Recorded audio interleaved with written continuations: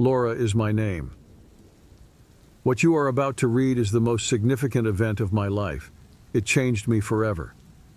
At times I do not know if I'm seeking refuge or just making noise hoping someone believes me, because what happened to me was not normal.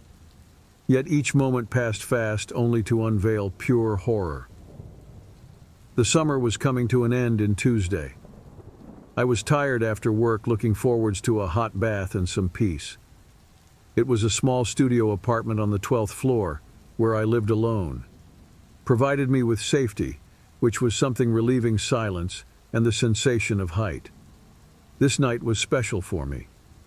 Stepping out of the elevator and walking down the passage, I had the impression that someone was trailing me.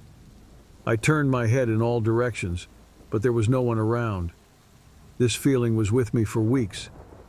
You might have had the impression that peepers followed you everywhere, even though no one was around. I became suspicious of everything and everybody. It had to be due to pressure at work, I suppose. However, one night while lying in bed, there came some sound from the front entrance. It sounded like someone tried opening it gently by scratching the keyhole area, hence raising my heartbeat when I thought about it. So I rose up and looked out through the fisheye door viewer and found nothing at all. Days went by and the noises continued. Not every day, but frequently enough to keep me on constant alert. I told some friends, but they all said I was imagining things. But I knew something was wrong. I started checking the lock 2-3 times before going to bed. I changed the locks, but the feeling of insecurity didn't go away. One night I woke up to a louder noise. It was as if someone was pushing the door hard. I went to the living room, and there I was, standing in the dark, trying to hear any movement. The door swayed slightly, as if a draft was passing through it, but there was no wind. And then, I heard a voice. Low, almost a whisper. "Laura, open the door." My body froze. I ran back to the bedroom and grabbed the phone. I called the police, but they found nothing. Just soft marks on the door, as if someone had scratched the wood. The experts recommended I get security cameras, therefore I complied. The cameras caught weird photos. At the very beginning, it was only the shadow moving along the corridor of the building. However, with time, this picture started becoming more identifiable. It was a person wearing black coat and hood, covering half of his face, that stood opposite my house entering. This man stood still without doing anything but watching. I showed the videos to the police, who increased patrols around the building, but the man kept appearing. One night, reviewing the footage, I noticed something strange.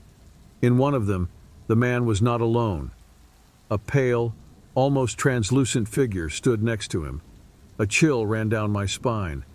The presence of that figure seemed surreal, but it was there, in the images. I started having nightmares. I dreamed of the man and the pale figure entering my apartment, approaching my bed, whispering my name. I used to be waking up in a cold sweat without realizing if it was a dream or a reality. I got increasingly scared and exhausted and decided to leave. However, before I went away, I wished to know that man's identity. So I questioned the neighbors, seeking for some hint. One old woman explained that long back, a young lady breathed her last in that apartment where I currently resided.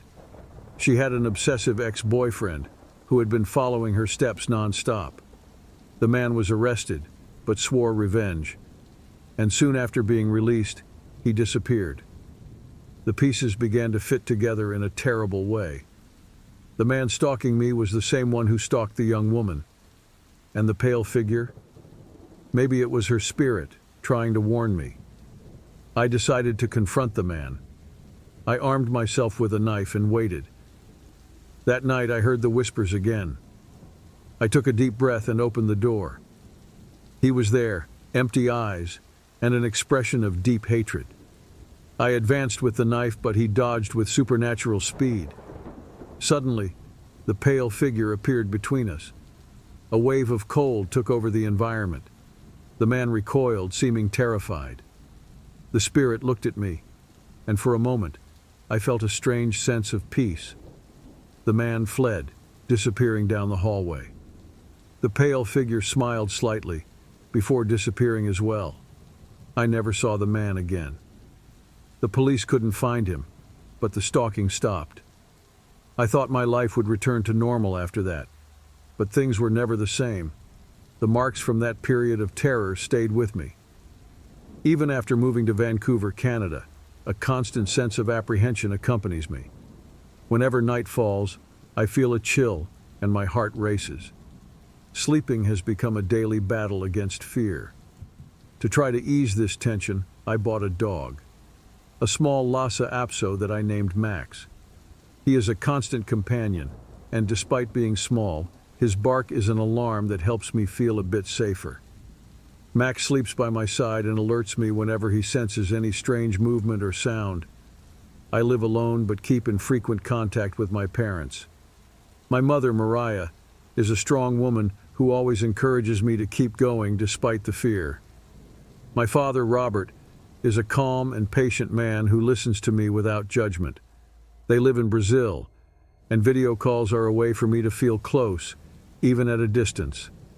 My background in psychology should help me deal better with these traumas, but sometimes theoretical knowledge is not enough. What I went through was real and left deep scars. I try to continue my life, working in a counseling clinic, helping other people face their own demons. This is my story. Although I survived that nightmare, the fear of the unknown and the memory of those events haunt me. I don't know if I'll ever be able to live without this shadow, but having Max by my side and the support of my parents gives me strength to keep going. And with each passing day, I try to believe that the worst is behind me. Please like and subscribe if you are enjoying.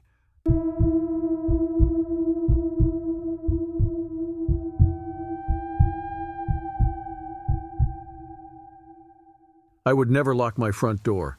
I mean, everyone knew each other in this small town, and crime was for TV shows and movies. At first, I brushed off the odd occurrences as mere figments of my imagination, thinking I was just suffering from paranoia. It started with objects out of place.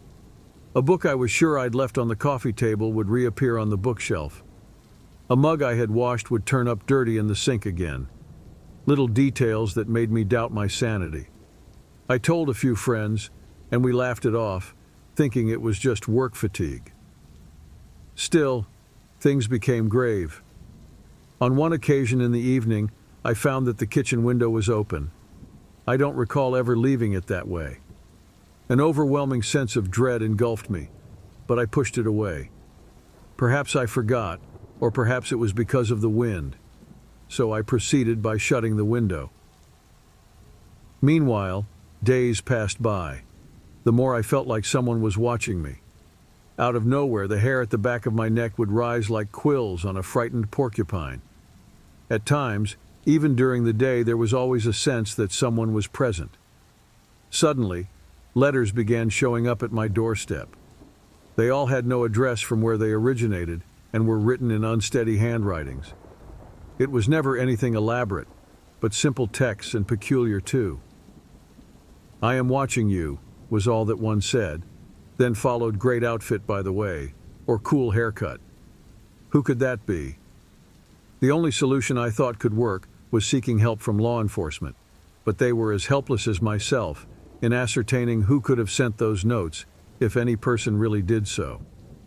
One night, coming home from work, I found the front door ajar. My heart raced. I entered slowly, holding my keys like a weapon. The silence was suffocating. Everything seemed normal, except for one detail. On the wall of my bedroom, there was a photo of me sleeping. The photo had been taken from inside the room. I broke down. I called the police again.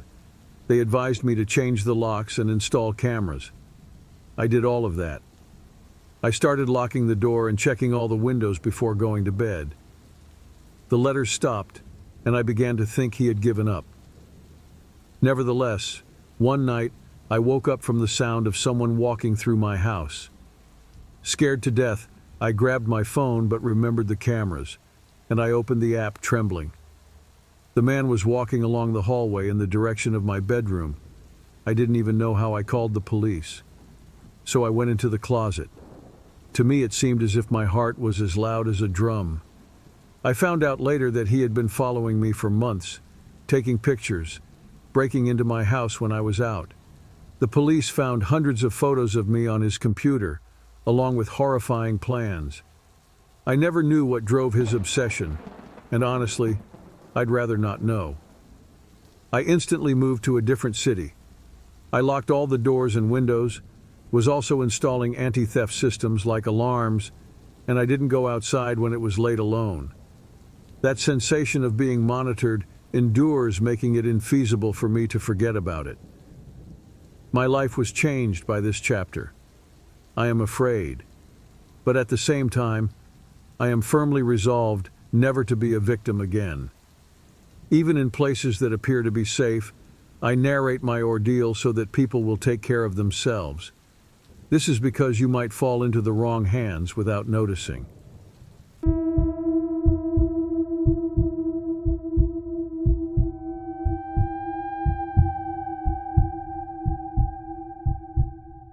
It all started with a simple friend request on Facebook. His name was Tom. I didn't know him, but we had some mutual friends, so I thought he might be someone from town or nearby. I accepted the request without much thought. From that moment on, my life would be altered profoundly. Tom began liking and commenting on all my posts. At first, I thought he was just one of those overly active users on social media. But then the messages started coming.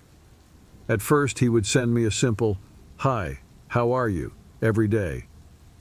I would reply politely, but I never encouraged a long conversation. Before long, messages started taking on a more personal touch. Despite the fact that I had not posted anything about my whereabouts or companions, he seemed aware of these details. "You look nice in the blue blouse you wore today," he said once, because that was what I dressed in at that moment. Although there was no tangible evidence that anything was amiss, the words began to creep into my skin. He might have just seen me at this cafe now without recognizing him. When he began sending lavish gifts, things took another turn for the worse. The following morning when I left my home, there were flowers at the doorstep that greeted me. The only inscription on the card read as follows: "To the prettiest girl I have ever met." Even though there was no name appended at the bottom end of this message yet, I could tell it came from him. I began scanning through my environment, wondering whether someone could be monitoring on me. I told my friends and family about Tom, but they said I was overreacting. "He must just be interested in you," they said. "You're pretty. It's natural to attract men's attention." But I knew something was wrong. There was something sinister about Tom, something I couldn't define. But that gave me chills. I heard a noise coming from outside one night while watching TV in the living room. So I went near the window, then surprisingly met Thomas on the street looking straight in my house. These incidences made me nervous, and therefore rang the police. But by the time cops came, Tom had disappeared already. They combed all places around us, but nobody was caught.